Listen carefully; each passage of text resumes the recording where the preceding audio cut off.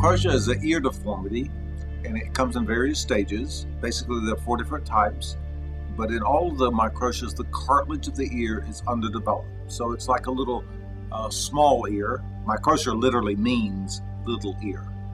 So a grade 1 is a middle deformity. Grade 2 is a little bit smaller, but all the parts are there. Grade 3 is the classic one where you have like a little peanut here. And grade 4, or anotia, is where there's nothing, no ear at all, just a flat side of the face. Well, hello, Nevin. Hi. Are you doing well? You ready to come back and let's take a look? Yep. Come with me. Okay. All children make a bigger deal psychologically out of a deformity than probably should be or that it warrants. So it's a really big, important psychological problem for a child to feel different, to feel weird or strange. And other children, sometimes in innocence and sometimes in cruelty, will pick on them. So they develop a big problem about it. And it is very hard to get over if it's perpetuated for a long period of time. So we like to fix it before it gets to be a big problem psychologically.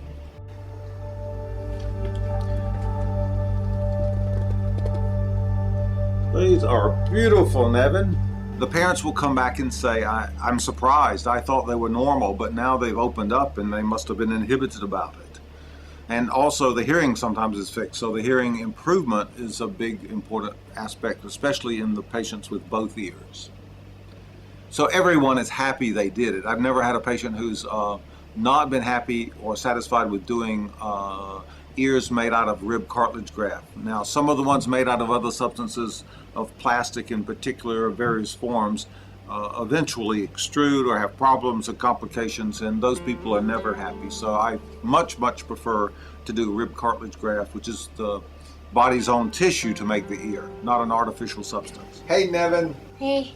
How's everything been going at school? Good. Listen, I want you to tell me a little bit about your surgery. Was it painful? Not really. What do you remember about it? Do you remember being frightened? No. And not much pain on any of them? No. Do you remember, we gave you some medicine to kind of make you sleepy right before the surgery. Yeah. Do you remember even going to sleep? Mm-hmm. And the surgery when we made you the ears, and not the hearing part, but the outside ear, Mm-hmm. did that cause you any worries or problems? No. No, that went pretty easy? I think so too. Were you scared about going to surgery? Were you afraid about going to surgery? Nah. One time I did. Oh, One time. when was that? I was like when I was 6 or 7, I don't know. That was a way long time ago. Were you justified in worrying, and did it turn out okay? It was turned out okay. Do you remember all those little animals I gave you at your surgeries? Mm-hmm. Did they help? Yeah. You like those? Do you still have them? Yeah. Tell me, if you had a friend who was thinking about having the surgery to build the ears, what would you tell your friend about it? I was just telling them about my surgery, about like I had it, and when I told them, they were like, kind of worried about me when I had surgery. Do you think there's anything to worry about when you go to the surgery for your ears? No, turned out okay. Tell me, tell us about how your friends felt after you had your ears made. They were happy. They made a card for me. Oh, card? Yeah, they say, I hope you feel good when you go to surgery. They made a card for me when I go to surgery sometimes. I've had probably the best training, and I've spent the longest time getting ready to do this. I mean, I've spent I've done full board certification and taught at Johns Hopkins in ear, nose, and throat, which is the hearing part, as well as plastic surgery at Stanford, and taught there for a year. I've also spent a year on a Fulbright in Paris, where craniofacial surgery was developed, and I did ear surgery there too. It was also a year in New Zealand. So I've spent 10 years in surgical training, besides the 10 years in medical training. So it comes out with a total of 20 years dedicated to ear surgery, and I don't know anybody else in the world who's done that. So I've done tons of cases. I like doing them. We have very few complications. They work well, but everybody else I've been able to make an ear for them that they've been satisfied with. How do you like your new ears? Good. So if you were going to have all this all over again, you wouldn't be too worried about it. It would go okay? Mhm. Very good.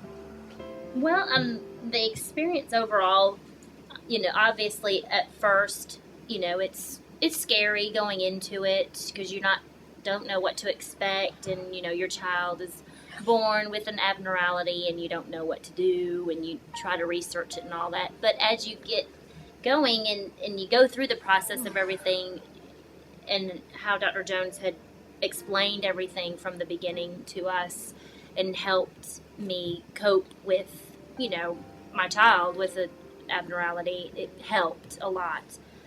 Of course, we had the stares and the looks and the different people looking at his ears because they were just really tiny and just folded in. He always brags about that they're mommy's ears because Dr. Jones took a mold. He takes a mold of, of an ear, and he'll take it from either parent, whether the mom or the dad, and Dr. Jones did a sketch drawing of my ears. So Nevin always says I have mommy's ears. Dr. Jones, he's wonderful. He's not only been with Nevin since day one. Dr. Jones has had surgery on myself and my mother, so Dr. Jones is like family to us. So that's just, how I feel about Dr. Jones. He's been just great for us and my whole family, and especially for my son. So we were very fortunate and glad that there was somebody here in Atlanta that could do the surgery for Nevin.